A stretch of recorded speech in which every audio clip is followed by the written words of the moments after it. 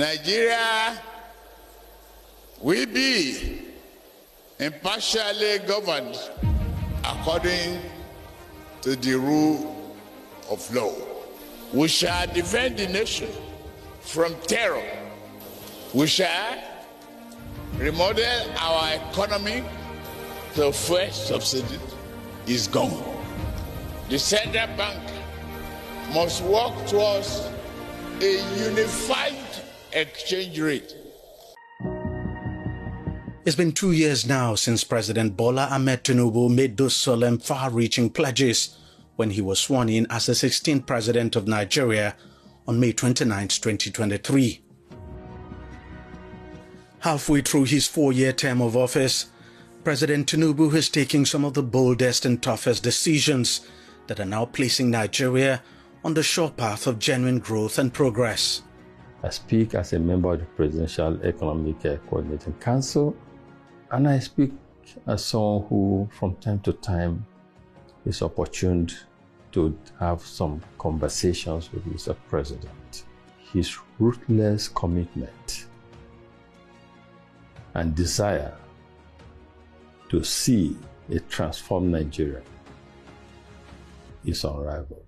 I've known Mr. President now for almost 32, 33 years. He's somebody who likes to take bold step and bold move, and he's a visionary leader. These structural reforms which Mr. President did, really, you must give him credit. Even his own enemy will give him a credit, because removing total subsidy, making it an open market, for Nigerians to be buying at the market rates, and also doing the exchange rate on top of that.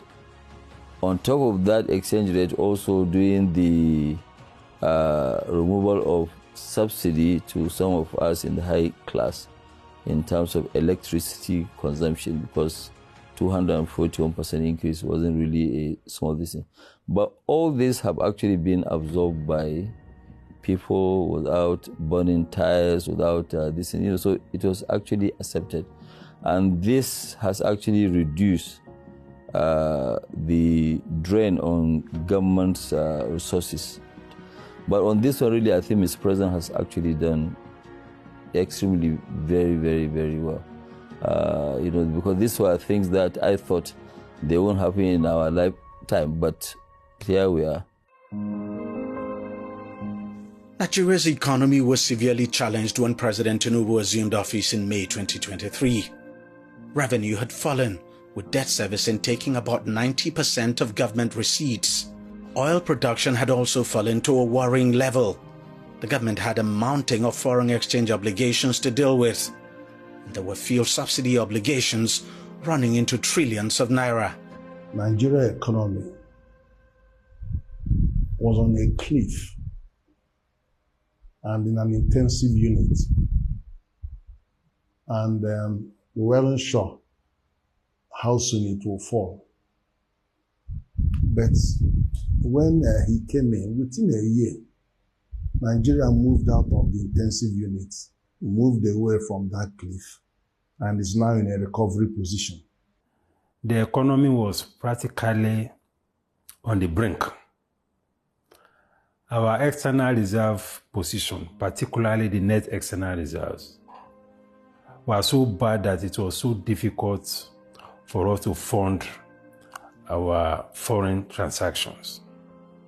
It was so bad that the letters of credit issued by Nigerian banks in most cases were not honored by our correspondent banks abroad. So that created a major crisis in our external position. Then we had a major crisis with our petroleum downstream sector. We were spending anywhere between 10 billion to 15 billion US dollars importing petroleum products.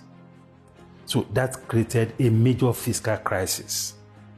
And as a result of that, we had a regime of massive printing of currency.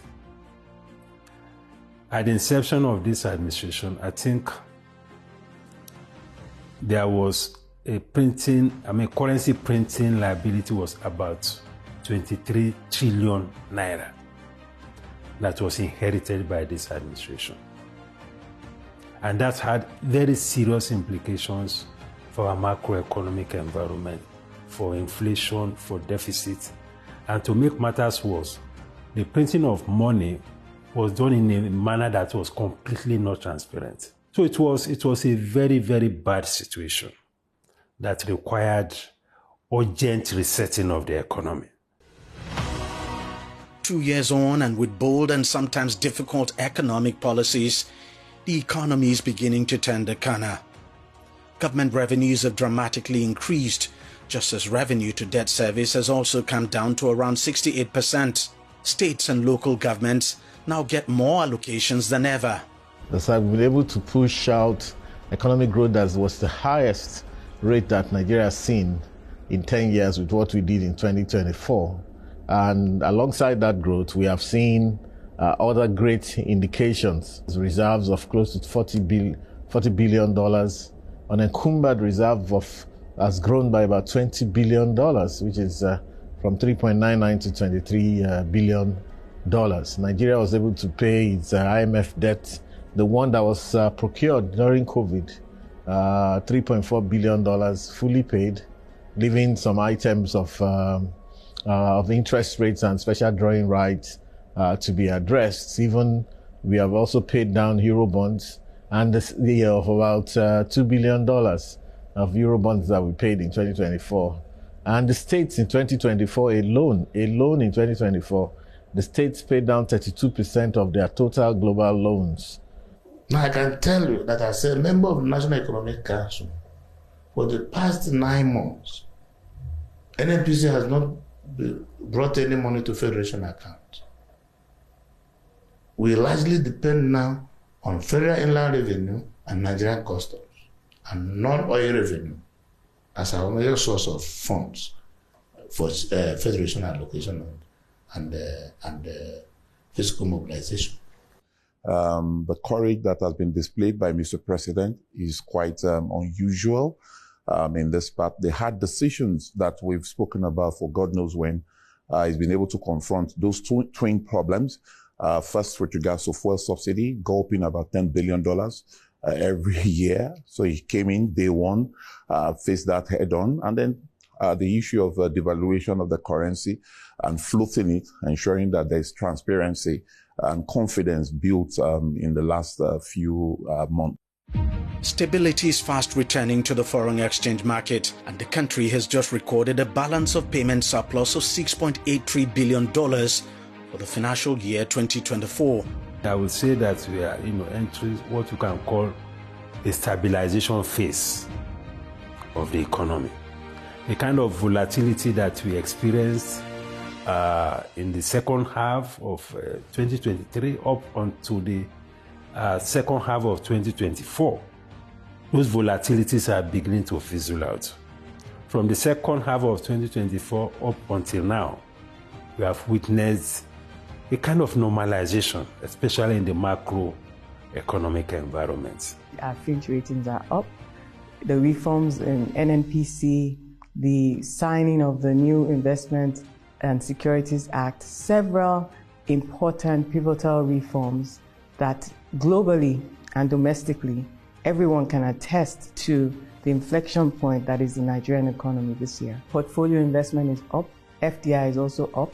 You know, we've been tracking his investment announcements from his presidential trips, over 30 of them, as at December 2024 was $50.8 billion. Our job is to make sure that those announcements translate into bankable investments that we see through. And so those discussions and dialogues have continued to be ongoing. The revenue of government has gone up 60% in 2024 compared to the previous year. And that's the federal level. At the state level, the revenues to the states have doubled. So these are signs of the improvements in the government revenues as a result of the bold and courageous changes that were made that you have mentioned. The measures we have taken so far in terms of orthodox monetary policies, we can see have begun to yield fruit. They have begun to yield fruit. We can see that accretion to reserves have been consistent. And at one point in time, may I remind everybody that we achieved the highest level of reserves in the past 3 years at one point in time. We've also continued to see inflation gradually beginning to decelerate. We can see that there's greater confidence in our markets. What has happened under the solid mineral sector in the past 2 years is unprecedented as a result of the deep-rooted reforms of the Tinubu administration. Virtually all the metrics in the sector have changed. Investments are pouring in. At the last count, the government has attracted over $800 million in new investments to the sector. Among the new investments is a $600 million lithium plant in Kaduna State and another $200 million refinery near Abuja and 2 additional processing plants in Nasarawa State. We have a policy of local value addition, which is also part of our 7-point agenda. And the idea is that for so long as we could remember, even before we were born, our minerals have been adjudged raw materials and they've been extracted and exported to service the industries of developed societies. And so under the President Tinubu's Renewed Hope agenda, we say no more. Now, we do not approve licenses from applicants who do not show us concrete plans of local value addition, which means you must process locally. Revenue to the sector has also quadrupled in just the last 1 year. In 2024, the sector generated over 35 billion naira, up from 6 billion in 2023. And this is despite receiving only 18% of its 29 billion naira budget. We created the mining marshals, which has become very popular and very, very effective in Nigeria. Now, in the last 1 year, because the mining marshal celebrated 1 year of its establishment a few weeks ago, and I reeled out these very positive and remarkable statistics. They've arrested over 300 illegal miners in 1 year of its operation. Over almost 150 are undergoing prosecution across the states in the country. And we've secured over 9 convictions, including foreigners involved in this nefarious activity. And this has really helped us to send a strong message and signal to the operators in this sector that it's no longer business as usual. Some of the tough but necessary economic reforms of the government have not come without some difficulties for Nigerians. But the government has responded positively to ameliorate the situation. It's increased the minimum wage to 70,000 naira. It's also established the Consumer Credit Corporation with a provision of over 200 billion naira to make consumer credit more accessible. Hitherto, Nigerians, especially the working class, find it extremely difficult to get money to buy cars, to build houses, to buy even household appliances. The President Bola Tinubu thought there shouldn't be any reason why an average worker in Nigeria should worry himself because he wants to get some essentials of life. And so Credit Corp was established, and it's gladdening to note that it has done so well. So many Nigerians have been able to access that. Another strategy to ease some of the fallouts of the economic reforms is a presidential CNG initiative launched by President Tinubu in October 2023 to facilitate the adoption of natural gas, a cheaper alternative fuel following the removal of petrol subsidy. Since its official rollout in May 2024, thousands of Nigerians and even government agencies have embraced the program, making the switch to CNG. We've attracted $491 million of investment to auto CNG, which has created 9,000 direct jobs and 75,000 indirect ones. To this end, the Nigerian conversion capacity of vehicles from pure petrol and diesel to turn them to biofuel vehicles was also raised by almost 3,000%, with more than 200 new conversion centers established in this past year. In addition to the CNG program, The government has rolled out and supported several other initiatives to cushion the impact of its reforms. There is the Presidential Conditional Grant Scheme, which provides cash grants to micro and small businesses. So far, over 700,000 nano businesses have received 50,000 naira each, while micro and small businesses have received ₦1 million each from the scheme. The citizens have made a lot of sacrifice in the reform process. So there should be a way to ensure that the benefits of the reform trickle down better to the ordinary citizens. In other words, we need to democratize the benefits of the reform, because the citizens are still worried about the cost of living, especially the cost of basic things like food, the cost of transportation, the cost of health care, the cost of education. Those things are still big issues. So going forward, we want to see more impact, more efforts, deliberate efforts to ensure that the cost of living is reduced, so that we can make the whole reform process a lot more inclusive. Determined to ensure every Nigerian who desires tertiary education is not in any way hindered by funds, the government launched one of the most consequential education initiatives in the history of the country. The Nigeria Education Loan Fund, NELFund for short, provides interest-free loans to students in tertiary institutions who desire the loan to enable them pay their fees and for upkeep. Beneficiaries of the interest-free loan are only expected to start paying back 2 years after the secured jobs upon graduation. The government has made available over 200 billion naira for the takeoff of the initiative. This scheme was designed and introduced by the President of the Federal Republic of Nigeria, President Bola Tinubu, GCFR, whose vision it is to ensure that everybody has access to education at tertiary level, and those who are coming up to tertiary level have the hope that they can rise to the highest heights without having to worry about funds. So we've disbursed in institutional fees somewhere in the region of 30 billion naira. For the upkeep, we've disbursed 24 billion naira. So we have disbursed a total of 54 billion naira, and by our numbers, 293,000, so just short of 300,000 students have directly benefited, have directly received or should have received value from our disbursement. The initiative is helping many young Nigerians achieve their dream of getting tertiary education, as funding is now no longer a barrier.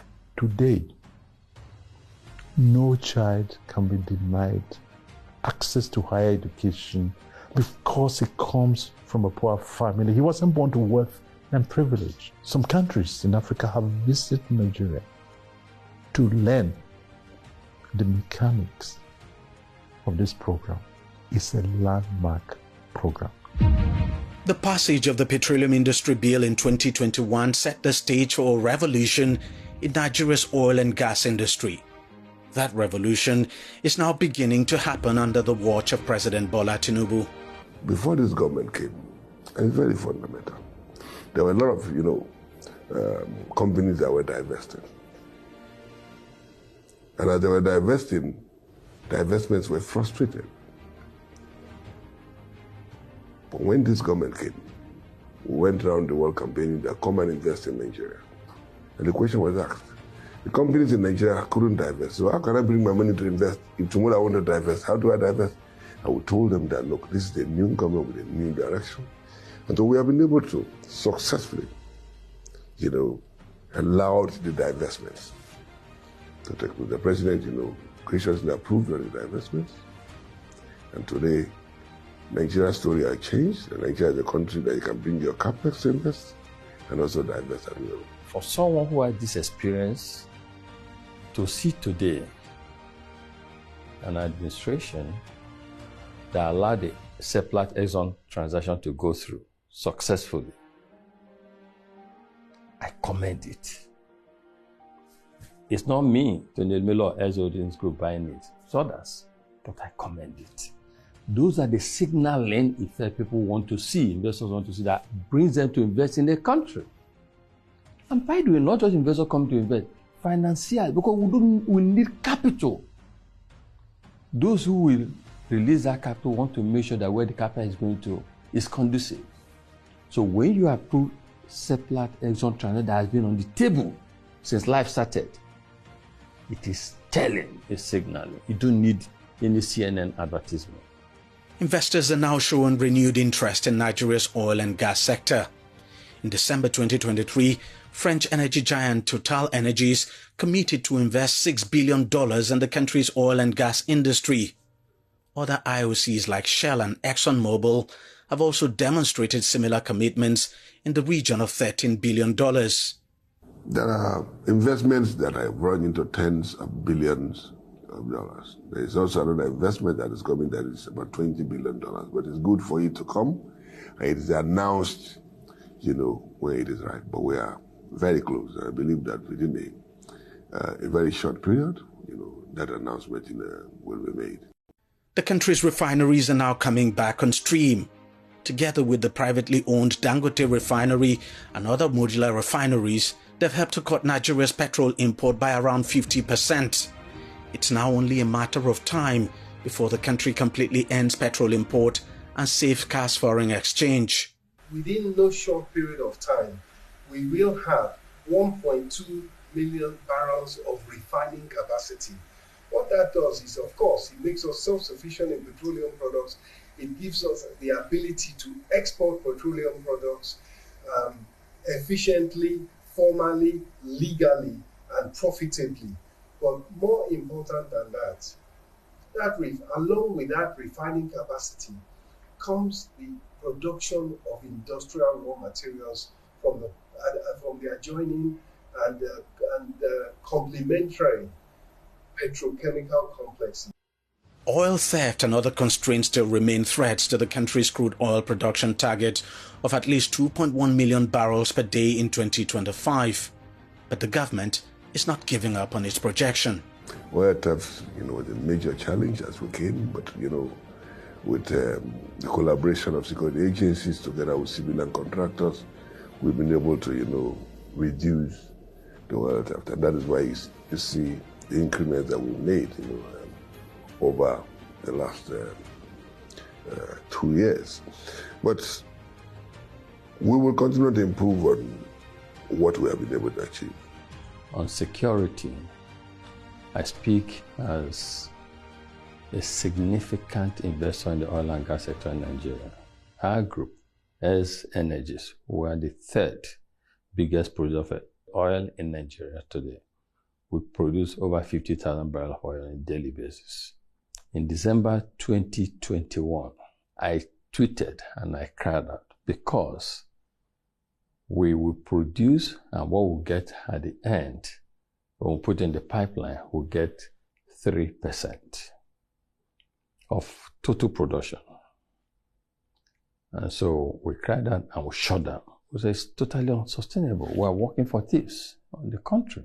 And that is the manifestation of insecurity. Now, fast forward to December 2024. Our recovery is 100%. What you put in the pipeline, you get at the other end. That's totally impressive. At inception, the Bola Tinubu administration had inherited a total of 2,604 projects in the Ministry of Works from the previous administration, totaling 13 trillion naira. The figure would rise to 19 trillion naira following the removal of petrol subsidy and floating of the naira. So the president, in fact, and of course the Federal Executive Council, directed that we should do prioritization. So out of these 2,604, we selected about 404 projects, major projects, review them, and they are all ongoing. And then the new projects of Mr. President under this administration is about 65. And of course, this 65, excludes the 4 legacy projects of Mr. President. The 4 legacy projects are ambitious, gigantic and transformative road projects. They're unprecedented in the history of the country and link the entire nation. And this is one of them. The 750-kilometer Lagos-Calabar Coastal Highway, which will run from Victoria Island in Lagos, southwest Nigeria, to Calabar in Cross River State in the south of the country. Work has since begun on the project, and its first phase, which is approximately 30 kilometers, will be commissioned in May. Incidentally, it has two spurs. The first spur is, it was supposed to be Sokoto, Badagry, Sokoto, as, envisaged by the Shagari administration, about 45 years back. But the president, changed it to Sokoto, Badagry, 1,068 kilometers. Intention is that the Sokoto, Badagry should start from Sokoto and Kebbi. And as we talk today, we have 258 kilometers by one carriageway going on at, Kebbi section. And we have 120 kilometers, going on in, Sokoto section. We are about to procure the second carriageway of 258 in Kebbi and the 120 in Sokoto. But this is a spur, of the Lagos-Calabar Coastal Highway. So, but the Lagos-Calabar Coastal Highway, 750 kilometers of route, of course, it runs through, Lagos, to Ogun, to Ondo, to Edo Delta, Bayelsa, Port Harcourt, Akwa Ibom, and the ending at Cross River. And when it ends at Cross River, the axis of Cross River now starts from there to the the third legacy project of Mr. President, which is the Trans-Sahara, route, which is 462 kilometers. And it connects from the, Calabar end, going through Calabar to Ebonyi, to Enugu, to Benue, to Kogi, to Nasarawa, and ends in Abuja. And then it connects the fourth legacy project of Mr. President, which is 482 kilometers, which, starts from, Akwanga. If you look at the just concluded project of, Kefi to Makurdi, which is been told now, then from that Akwanga section, it gets to Jos. And from Jos, it gets to Bauchi, it gets to Gombe. So the entire four legacy project of Mr. President, if you look at the loop, it's all connecting the six geopolitical zone. While work is ongoing with the legacy projects, inherited major projects are also receiving equal attention. Among them is a 700-kilometer Abuja-Kaduna-Kano highway. I think Nigeria never had it, this good. And I want to say, with all sense of responsibility, that before now, past government has been building roads. But today, President Bola Tinubu is constructing roads. Because we are constructing roads that will last from 50 to 100 years. And the problem we've had in our road construction has been, poor design, poor construction, poor method of construction, and then lack of commitment on the side of all partners, getting things done. But it is no longer business as usual. Across the 6 geopolitical zones, road projects are currently going on, overseen by a minister who is not only a core professional, but also passionate about executing the president's ambitious works projects. There is no money anyway. The ones that we have, the president is judiciously using it very well. And I'm happy with his engagement in this legacy project because foreign money is coming in at as low as 2.5%, So this legacy project has 30%, Naira funding and then 70%, loan component. When a nation borrows to do infrastructure, that is the right borrowing. And I tell you something, these legacy projects are not just road projects, they're investment. By December, we would have finished section 1 of the Lagos-Calabar Coastal Highway. Apart from the inherent benefits, we're also going to recover our money, return on investment under 10 years. We're going to be tolling it, So when we borrow to invest, when we recover the money we borrowed, we'll be able to pay back, and we also, it becomes also part of the, the wealth of the nation. Issue of transportation, especially with the removal of subsidy, we must look at a cheaper way of transportation, and the railway system is the very cheap system of transportation.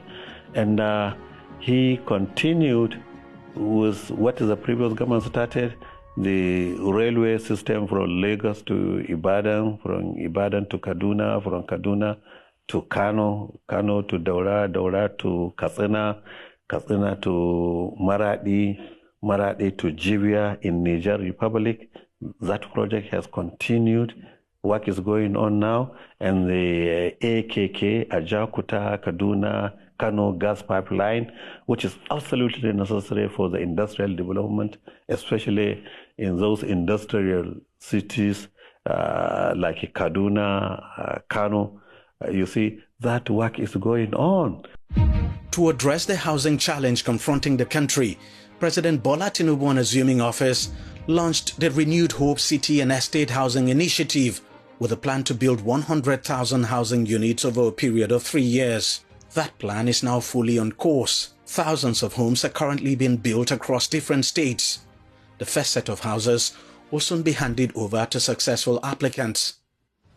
Nigeria's perennial electricity challenge has for long defied every solution thrown at it. But after initiating some drastic reforms like the signing of the Electricity Act Amendment Bill 2024 and making huge investments, the government is gradually turning things around.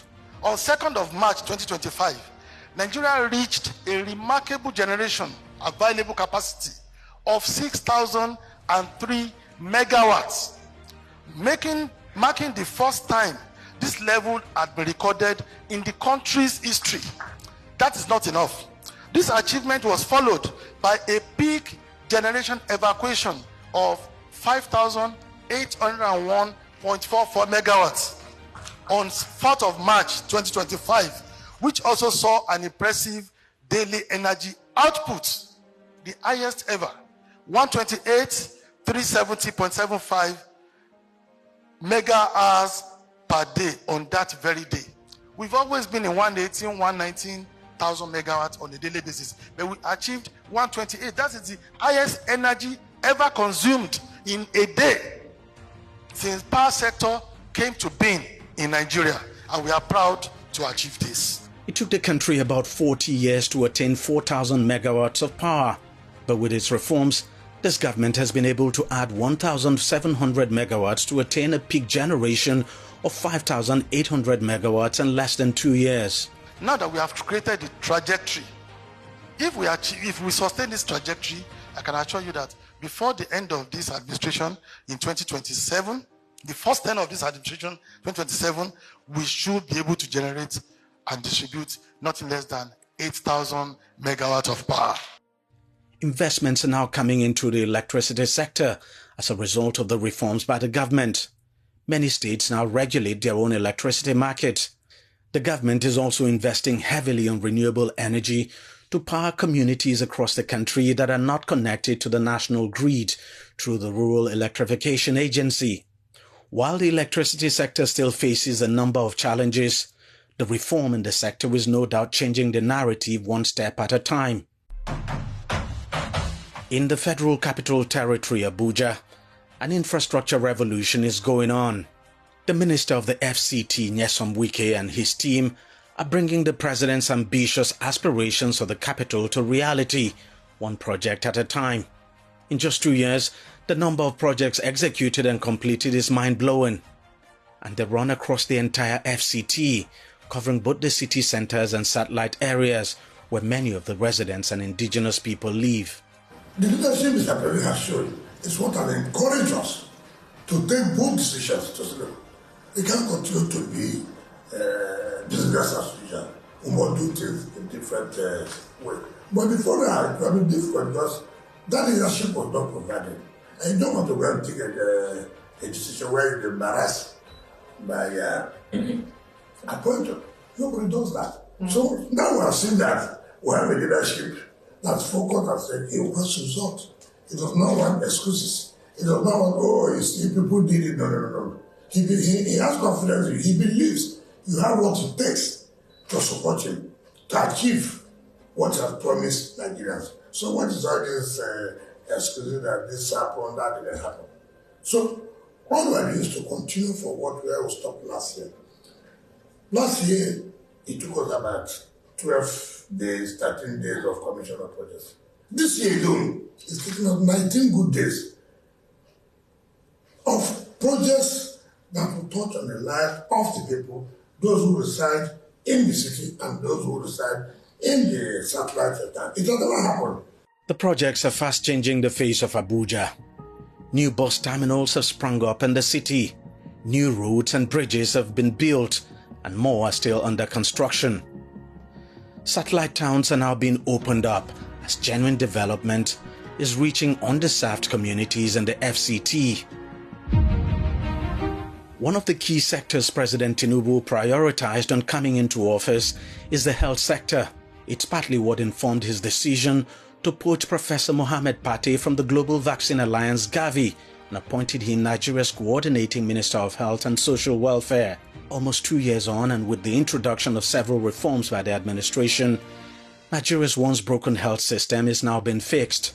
The investment that we have had in 2024 and here now in 2025 being planned for infrastructural upgrades. This country has never seen something like that. Let me give you an example.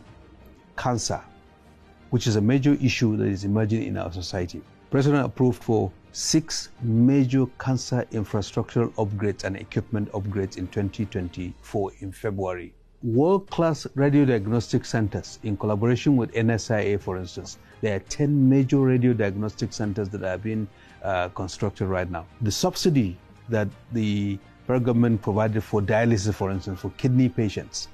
Federal government bought 10,000 dialysis commodities through centers all across the geopolitical zones of Nigeria to make it cheaper for patients that are dialysis dependents, and accelerated renal transplant centers. Sokoto had its first renal kidney transplant. Now Ife is coming along. There are others that are looking at that. We're now beginning to think of liver transplant, open heart surgery. There are many of those infrastructural upgrades. So the kinds of things that you are hearing from abroad, or you have to go to Egypt or somewhere else to get them, are beginning to be feasible here. My goodness, orthopedics, a major cause of people traveling abroad. My own father had a domestic accident, had a major fracture in his mid-80s, but he was fixed within a week in a public hospital in this country, and within 4 weeks he was already standing. Anchored in the Nigeria Health Sector Renewal Investment Initiative, the reform in the health sector is fast transforming the country's health infrastructure, attracting over $3 billion in grants and investments. The government is investing massively to turn around the country's primary healthcare system. Existing primary healthcare centers are being upgraded. Over 8,000 new ones are now being built across the country. So we set out to expand the primary healthcare system, to make it functional at level 2, to improve the level of functionality. So we embarked on increasing the functionality of 8,800 primary healthcare centers, and over time expanding them to 17,000 that are functional, so that Nigerians will have the retail points working between federal government, states, local governments, private sector, development partners to roll that going forward, to revitalize the basic healthcare provision fund. And in the last 2 years, we have had 6 out of the 11 ministerial oversight convenings of the basic healthcare provision fund that disbursed resources to all the 36 states, to those thousands of primary healthcare centers that are called BHCPF facilities all across Nigeria, that receive on a quarterly basis disbursements for their fuel, for their running costs, for stipend for their health workers, for buying drugs and commodities for the patient that they see on the supply side. And with that, we're seeing of today 20 million contacts every quarter. Beyond health infrastructure, the Tinubu administration is making healthcare easily accessible for all Nigerians. Today, pregnant women who require cesarean section can access the service for free at federal health facilities. Kidney patients can now get up to 80% subsidy on dialysis services at 11 federal hospitals across the country. And to address the manpower shortage in the health sector, the government has so far recruited over 2,000 doctors and nurses, as well as engaged 774 national health fellows across local government areas in the country. Over 600,000 health workers have also been retrained for better health services. All in all, I think if you take the 2 years of this president's tenure, is the midterm. I would say that we've turned around what was a very complex, underfunded, hyper-fragmented sector that underperformed relative to its peers to one that is being recognized in the continent and beyond the continent as one that is on a trajectory of much better performance and also is being touted as a leader. Even though the president signed an executive order waiving import duty on health equipment, the government is also ramping up efforts on local pharmaceutical production. By 2027, it is expected that 60% of health products, including personal care products, will be manufactured in Nigeria. For over a decade, Nigeria has battled myriad of insecurity challenges, pushing the country to the brink. Learning from the challenges and successes of the previous administrations before it, and barring recent setbacks, the Tinubu administration is changing the narrative. I think the most obvious thing is the commitment by the government. From the beginning, the president made very clear his commitment to address the security challenge, and this is manifested in different ways. First, in his renewed hope agenda, where he made security the second key priority, as it were. Then he also listed 8 elements that he put forward to address the national security challenge. Also, in terms of budgeting, we've seen a very steady increase, and in fact, an obvious increase in budgetary provision for the security sector. From what he inherited at about 1-point-something trillion to 3.6 trillion thereabout, which is the last budget, the 2025 budget.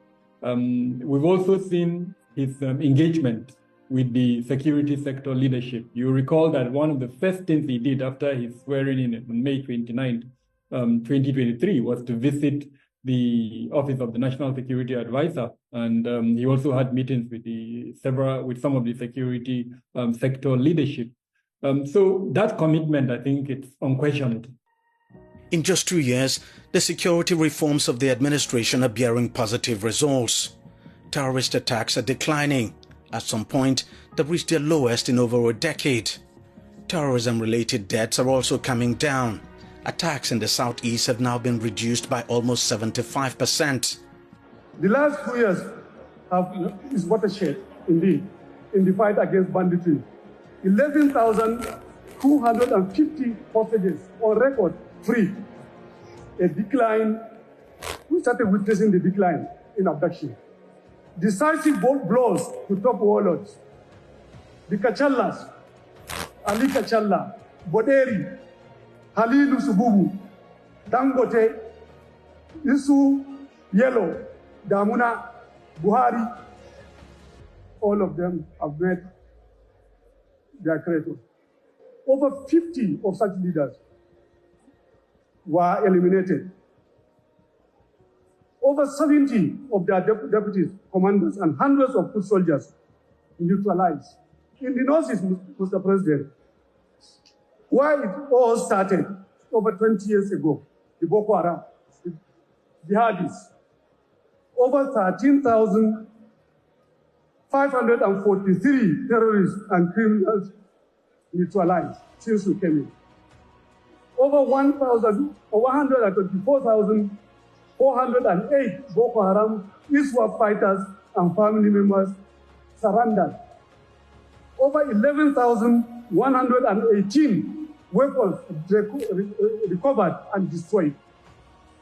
252,596 rounds of assorted ammunition recovered and destroyed just in Borno State. Southeast, a welcome development is that the sit-at-home orders is becoming more and more ineffective. Key IPOP ESN figures capture and neutralize many in the battlefield. Over 50 police stations and many police forces are back in business. Attacks on security forces significantly reduced. Social and economic activities are normalizing. This can be testified by anyone who will visit the Southeast today. Insecurity still remains a challenge in Nigeria, but the Tinubu administration is tackling it head-on with a clear focus and determination. We will invest more in technology. We will take over all our forests. We must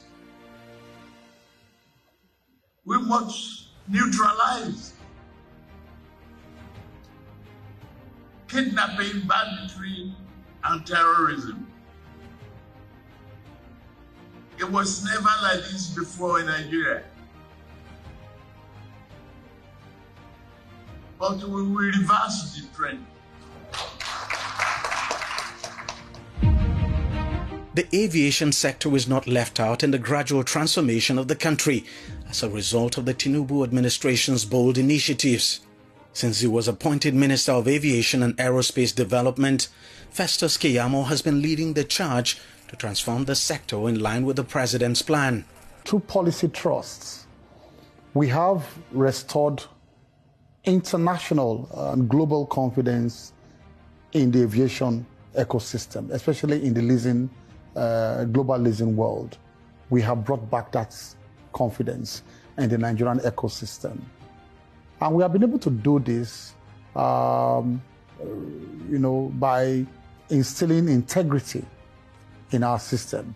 And this was a fallout of our compliance, our strict compliance with the Cape Town Convention that we had been signatories to, but were very poor in adhering to the terms of that convention.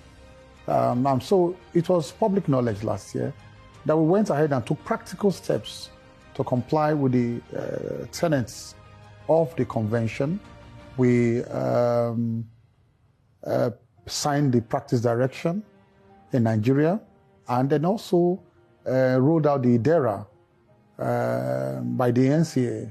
And these two actions by Nigeria catapulted Nigeria from 49.5% to 75.5% on the global compliance scale. And that officially is the highest in Africa.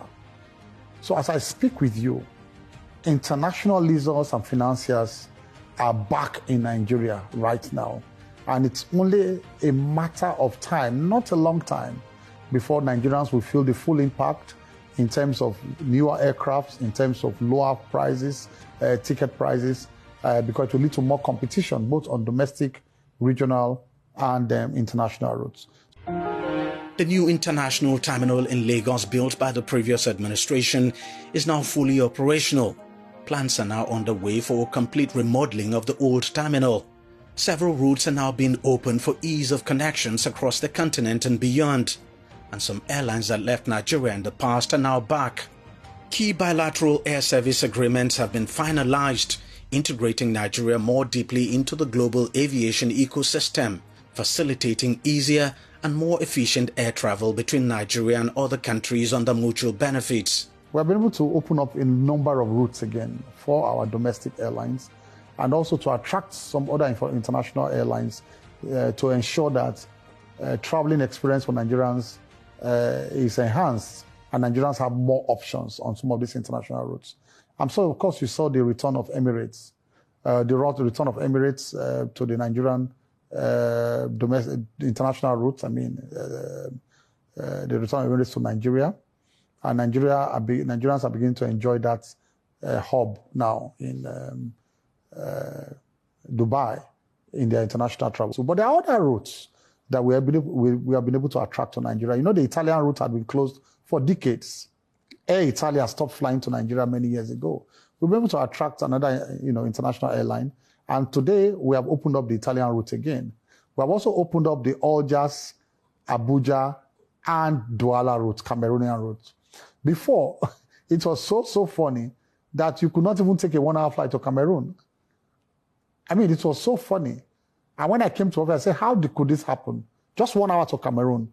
You have to fly to Addis Ababa first and maybe spend one night before you now connect from Addis Ababa to Cameroon. Or you fly to Togo first, because Togo has a small hub there.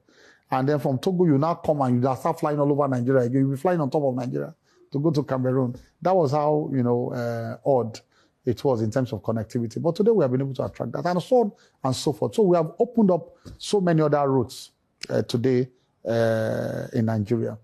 Aviation infrastructure are also being improved upon. The long-delayed Abuja Airport second runway expansion is now getting off the ground. For the first time, the country now has the e-visa system for efficiency and ease of travelers as part of the immigration reforms of the government to strengthen the country's air borders. There are also 40 e-gates at all major international airports in the country for faster and more secure passenger processing. Passport application process is now fully automated, significantly reducing waiting time.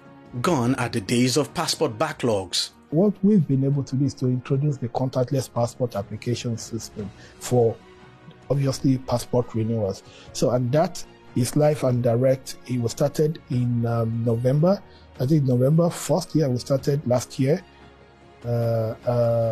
in Canada. From Canada, we're able to move to Europe, and Europe excluding UK and I think Ireland. Then we were able to move to UK now, and Ireland now. We've moved to America, we've moved to Asia and other part of Africa as well.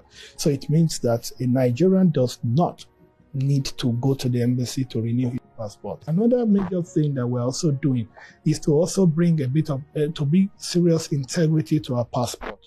And what do we mean? What do I mean by that? I'll break it into two or three. Number one, when this government came on board, Nigerian passport was not registered on the ICAO PKI PKD. That's Public Key Infrastructure, Public Key Directory of ICAO. So it means that verification of Nigerian travel document was near impossible real time, in across all borders in the world, airports and whatever. So that's why when a Nigerian travels with a Nigerian passport, there's he has a more difficult chance of being attended to than a foreigner. But this particular, under this administration for the first time, Nigerian travel document, the passport has been imported into the PKI, PKD, ICAO directory. So Nigeria is now compliant. And I'll tell you that before this government came on board, we never had any, in fact, profiling at our border posts were basically subjective and never objective.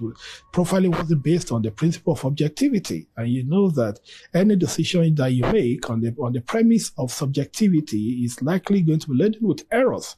But this government came and we introduced what we call the API solution, which is the Advanced Passenger Information System in terms of our air borders. So such a way now that before any passenger comes into Nigeria, we have the opportunity of pre-profiling such passengers and we can easily identify persons of interest.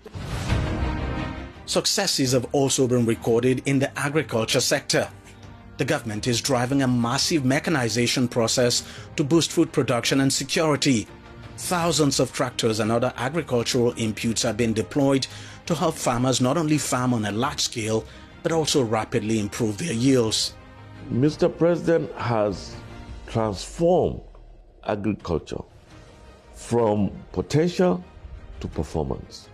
And is, like I said, driven by mechanization to market access, from inputs to export driven. Saudi Arabian minister came last year and he came and sought for 1 million tons of alfalfa and 1 million tons of soya and 200,000 tons of red meat. Today, we have already started that engagement, and that is a drive that was spearheaded by Mr. President when we all accompanied him to Saudi Arabia in November of 2023. In its determination to combat food inflation, hundreds of thousands of hectares of land are being cultivated for wheat production across several states in the country. Over 100,000 farmers have so far been supported, and more agro-rangers are being deployed to provide security for farmers. 3 other programs that we have seen that has made an impact is the mechanization program of Mr. President. That is a wonderful legacy. We have, like I said, the GIP is also mechanization partly. And then the Greener Hope, which seeks to provide almost about 10,000 different implements, from tractors to harrows and other agricultural equipment over a period of 10 years. And that will also seek to set up about 1,000 service centers across the nation, and also to develop 150,000 hectares of land across the federation, with 25,000 from each geopolitical zone. So over 6 and 25,000 makes 150,000. So those two, the Belarus tractors and John Deere, are procurement. The GIP and the Greener Hope are collaborative efforts. So we have already started receiving. Right now in Abuja, we have almost 700 tractors on ground out of the 2,000 from the Belarus. And very soon, Mr. President is going to launch those tractors. The First Lady, Remi Tinubu, has taken a very keen interest in the agriculture sector and has been very supportive of efforts to make Nigeria food secure. In her quest to attract young people to farming, she launched the Young Farmers Club Nigeria in collaboration with the Ministry of Agriculture and Food Security as part of her pet project, Renewed Hope Initiative. The Young Farmers Club Nigeria aims to revive Nigeria's indigenous occupation of farming, create employment opportunities, diversify the economy, and ensure food security. Agriculture has always been the backbone of our nation. From time past, we have tilled the land with our hands and hearts, to the present, where agriculture continues to be a crucial part of our daily lives and economy. It is clear that farming is not just an occupation. It is a way of life which can create employment opportunities for a teeming young population, help diversify the economy, and put food on our tables. As I reminisce, I remember the groundnut pyramids and cotton plantations in the north, palm oil cultivation in the east, cocoa and rubber plantations in the west and the southern part of Nigeria. I believe all of these can be resuscitated and scaled up with modern techniques and mechanization. So far, many young people across the country have signed up to the initiative and beginning to take to farming. Gradually, misconceptions about farming among young people are changing. There have been so many positives for the country in the last 2 years. Indeed, some of the reforms have come with initial challenges, but they are now being overcome, and light is beginning to appear at the end of the tunnel. A lot has happened in the last few years that's commendable. I'll call it, these 2 years have been the years of reform. Going forward now, the idea is to ensure that these reforms, the benefit of these reforms, really reach the people. Let's do the hard work. And it will take time before the results become widely apparent, but we are seeing changes that are showing us that we are on the right track. We have a unique opportunity under President Bola Tinubu's administration to compete with our contemporaries, our peers all over the world. You need home government support to compete. And we have it. Nigeria is certainly on the rise.